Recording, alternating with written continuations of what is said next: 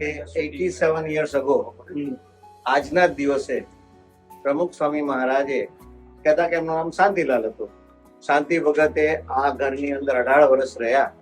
ત્યાર પછી એમને એક ગુરુની આજ્ઞા, ચિઠ્ઠી આવી ખાલી કે તમે પાયલી આવી જાઓ રાવજીભાઈની સાયકલ.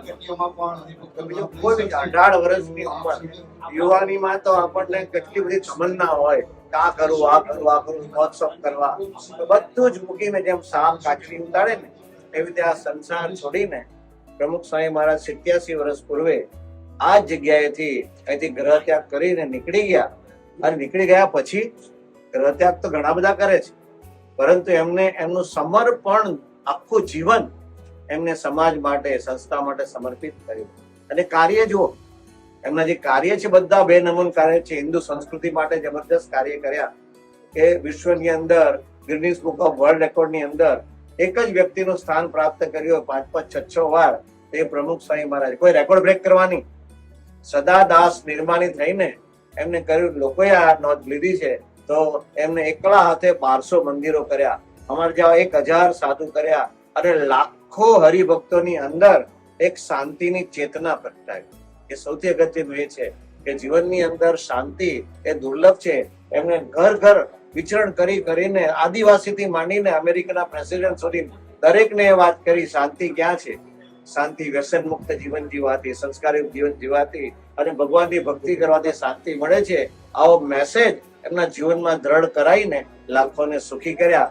એવું આ પરમ પવિત્ર સ્થાન પ્રમુખ સ્વામી મહારાજના આજે બહારના સંતો, મહંતો, મહામંડલેશ્વરો, રાજકીય પુરુષો, ધાર્મિક પુરુષો અને સામાજિક નેતાઓ જે પણ જે કઈ આવી સંસ્થાઓ ચલાવતા હોય, દરેકના અંતરમાં એવી એક ભાવના હતી કે પ્રમુખ સ્વામી મહારાજ ખાલી BAPS ના પ્રમુખ નથી, અમારા વિશ્વના પ્રમુખ છે. આવી ભાવના સાથે ડોક્ટર અબ્દુલ કલામ સાહેબ એને એક પુસ્તક લખ્યું, ટ્રાન્સેન્ડન્સ બુક. અત્યાર સુધી ઇતિહાસમાં કોઈ પ્રેસિડેન્ટે કોઈ ધર્મગુરુ પર બુક લખી નથી. એકમાત્ર બુક તમે જો તપાસ કરજો, લેખ લખ્યા છે ઘણા, પણ લેખ પુસ્તક લખનાર અબ્દુલ કલામ સાહેબ એમને પ્રમુખ સ્વામી પર લખ્યું છે. અને લખ્યું છે કે Mahapramukh Swamiji is my ultimate teacher. મારા અંતિમ ગુરુ પ્રમુખ સ્વામી મહારાજ છે. આવું ભારતના પ્રખ્યાત સાયન્ટિસ્ટ ડોક્ટર અબ્દુલ કલામ સાહેબે આ લખ્યું છે.